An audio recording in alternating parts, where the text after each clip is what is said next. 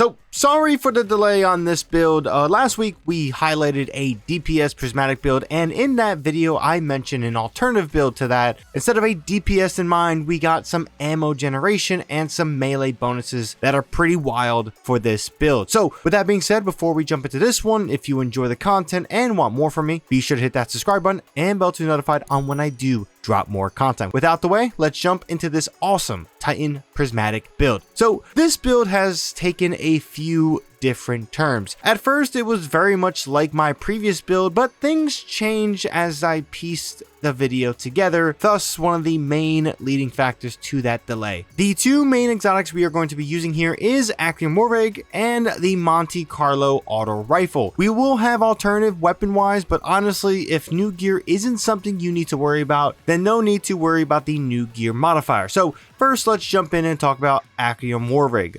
This is an exotic chest piece that is centered around enhancing auto rifles and machine guns. Its exotic perk, auto loading link, reads like this: steadily reloads a portion of your equipped auto rifle or machine guns magazines from reserves. Final blows with auto rifles or machine guns boost their stability, ammo generation, and damage. This provides a moderate benefit to their airborne effectiveness. Now, that part of the bonus airborne effectiveness is not going to be important here since this is PvE, and just honestly, I never really care about airborne effectiveness. So when we take a look at the Destiny Data Compendium, a link to that below, as well as a link to the Patreon if you want to support directly. Readied auto rifles and machine guns refill 10% of their magazine every 1.5 seconds. On auto rifle and machine gun kills, grants a stack of auto loading link up to the maximum of 10 stacks. Auto loading link grants a 1.6% increased damage, and as of right now, stability and ammo generation per stack is unknown. Loses one auto loading linked stack upon expiring rather than all of them. So the damage and ammo generation part of this exotic is new, and testing isn't fully known on the ammo generation like I mentioned before, but with the overall buffs to ammo generation as a whole, and if you use this exotic, this is a solid way of building that ammo generation bar, and you don't really need to boost any ammo generation with some armor mod, which I do think is nice. Allows you to kind of build in on other things, thus making War Rig an even more solid exotic than it already was. But the one thing that I think has always been important with War Rig is using the best possible auto rifle with it, or exotic primary, let's say. Monte Carlo, in this case, in my opinion, is the best auto rifle for this exotic. Sure, Kvostov is a close second as an alternative, but with the perks here on Monte Carlo, yeah, we have to use the weapon in this circumstance. So the main exotic perk, Monte Carlo method, reads like this: dealing damage with this weapon reduces your melee cooldown and grants a chance to fully charge your melee ability with each kill. This, paired with the other exotic trait, Markov Chain, goes wild. So this trait reads like this: this weapon gains increased damage from melee kills and kills with this weapon. Melee kills grant ammo for this weapon. So if we look at what the datasheet has to say on this perk specifically, or these traits specifically, hits grant a 2% melee energy, kills grant a stack of Markov Chain for 4.5 seconds, and this builds up to 5 stacks, and have a 25% chance to grant 100% fixed melee ability energy. Melee kills refilled the magazine and grant 5 stacks. And with the Markov Chain stacks, details are as follows. So on 1 stack you get 13%, 26% on 2 stacks, 39% on 3 stacks, 52% on 4 stacks, and 65% increased damage on a max of 5 stacks. So yeah, Markov Chain is really, really powerful. It's also important to note the catalyst here is worth mentioning, though. If you don't have it, I think you will be perfectly fine with using this weapon. The benefits there are great, but honestly nothing, too crazy. So the catalyst, Stochastic Vengeance, at 5 stacks of Markov Chain, you press the alternate weapon action and it switches between your melee attack and Monte Carlo's bayonet landing a bayonet melee hits grants melee energy, and this melee attack from the bayonet technically counts as an unpowered melee attack, so keep that in mind if you're trying to pair this with some sort of melee buff. The bayonet melee attack deals 2,772 damage, grants a 50% fixed melee energy, and increases melee lunge distance to 7 meters. Bayonet ready persists through stow. Now that number, at least as of me writing the commentary of 2,772, is not fully tested. I will be testing that and giving you a updated number here on screen, so I apologize when it comes to timing and how I put it together. Just make sure you look on screen to see the actual number. It may be the same, it may be different. I haven't verified that just yet. So again, the catalyst is going to be a powerful one, but honestly, not a deal breaker if you don't have it yet. Now, alternates here honestly will be any legendary new gear auto rifles. So the ones I recommend is either going to be Giver's Blessing or a Hobchar. These are two we covered in the past, so if you're wondering what god rolls you may want, those videos have been posted on the channel and you can find them in the annotation. So with the exotics covered, let's jump into the game and talk about this build. So here we are in game, and honestly, this should be fairly quick. The drip here is the main new thing we are using or showing off from the previous build. Now, as we jump into subclass, again, things are going to be very familiar if you've seen my previous build, because not much change here, just the exotics are changing as well as our super a good bit. DPS isn't really the primary focus, it's more so ammo generation, other good stuff. So when it comes to abilities, Rally Barricade, High Lift for the jump, Thunderclap as our main melee. If you want to commit to Consecration, be my guest, but I prefer this combo as of right now for what we're going for. And then we have the Glacial Grenade when it comes to our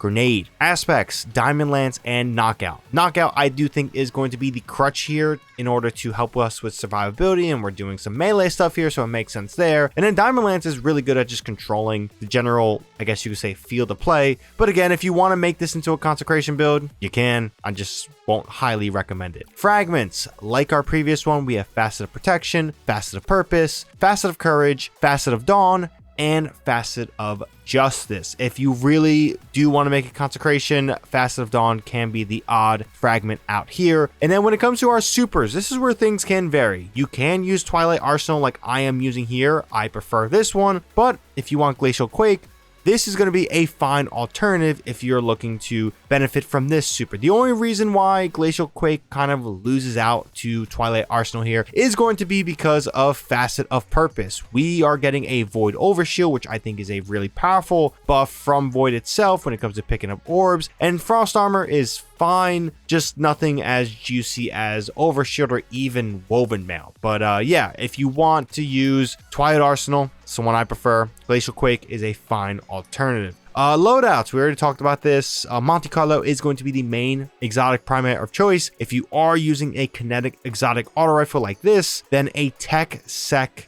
armor set, at least 2 pieces, is going to be really, really good.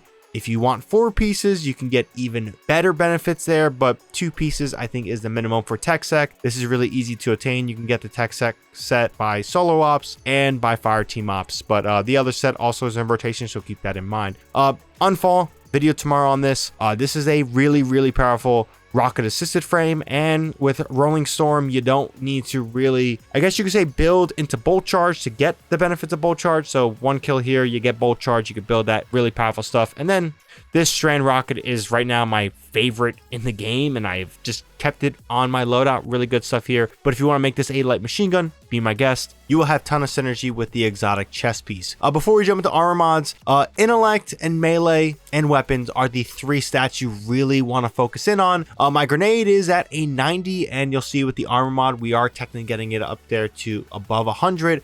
Minimum of 100. The enhanced benefits here are nice, but I wouldn't go crazy for it. I actually prefer an even set when it comes to stats before enhancing it. But if you want to enhance stuff, intellect and melee are great stats to enhance. So for armor mods, we have on our headgear, Powerful Friends, Kinetic Siphon, and Hands On. For our arms, we have Grenade Font. This will give us a plus 20 to our grenade stat. If you do more of this, it'll give you an additional plus 20, which will even out to plus 40. And if you do the third one, you'll get it up to plus 50, so that's an additional 50 to your grenade stat. Armor charges should not be a problem here, so yeah. Momentum transfer, and then heavy-handed are going to be the other two armor mods. For our chest piece, we have a concussive dampener, and we have sniper damage resistance. You can, if you're using void, use, or at least, you know, depending on your super, use harmonic resistance or generation. Just keep that in mind with the loadout. Not really going to be friendly if you follow exactly what we're doing here. For our legs, we have innervation,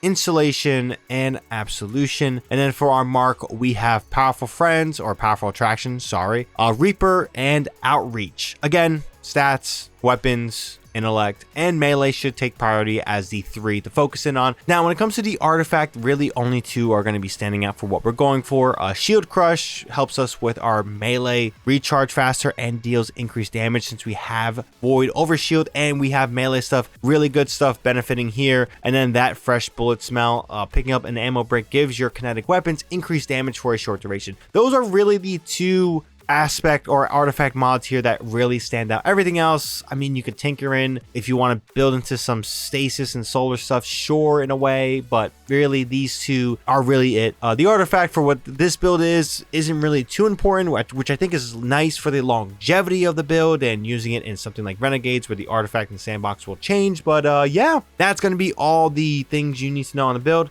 Let's jump out and wrap up this video.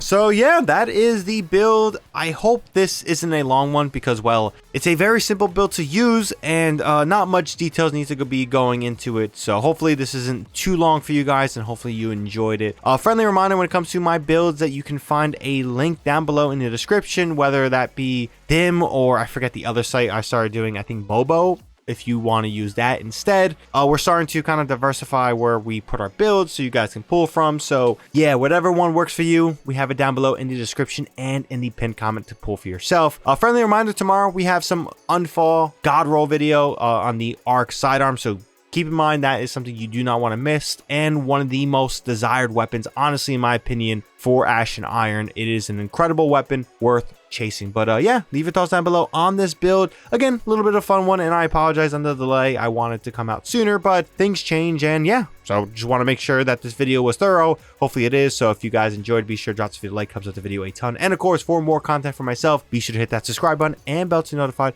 on when I do drop more content. Until next time, thank you for watching. As always, ShadowNinja here, and I'm out.